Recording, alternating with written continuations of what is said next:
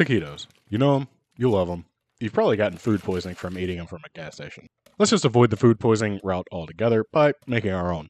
To start, place 2 ounces of pork rinds and 3 ounces of sharp cheddar cheese into a blender or food processor. Death battle some eggs into the mix as well, 4 to be exact. We'll also want to add in about an ounce of cream cheese to shine it up a little bit. This will be the basis for our tortillas. For these, I had decided to take a stovetop approach, even though it might have been easier in the oven. For this approach, add about 3 tablespoons of your batter into a greased pan. Press it down with some parchment paper to make it even, but be careful with those little greasy fingers. You don't want to burn them. When pressing down, there should be just a touch of batter squeezed out the other side. Carefully peel up this parchment paper, then give that tortilla a flip. Repeat until you've used up all of the batter.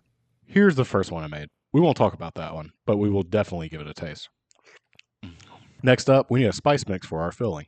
It takes 4/4 teaspoons of chili powder, 8 16th teaspoons of ground cumin, 4 1/8 teaspoons of onion powder, 1/4 of 1 teaspoon of garlic powder, like 6 grains of coarse ground black pepper, and a teaspoon of salt. Gyrate your wrist with your measuring utensil until it's homogeneous. Tasty. For the actual cooking of the beef, place 1 pound over medium-high heat along with a 1/3 cup of water. Begin matching this constantly with a rubber spatula or potato masher until we end up with a fine-grained ground beef. A little trick I learned from my buddy Sean. Once it's broken up and simmering, you can add your spice mixture. Mix this in and let it simmer for about 8 minutes to let some of the water reduce. After that, add in 4 ounces of sharp cheddar cheese. This will be the glue that keeps our beef in its place.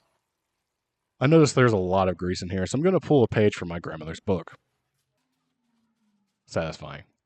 Now, set this in the fridge for at least 30 minutes to cool down and to set a little bit. Whoa, that was pretty quick.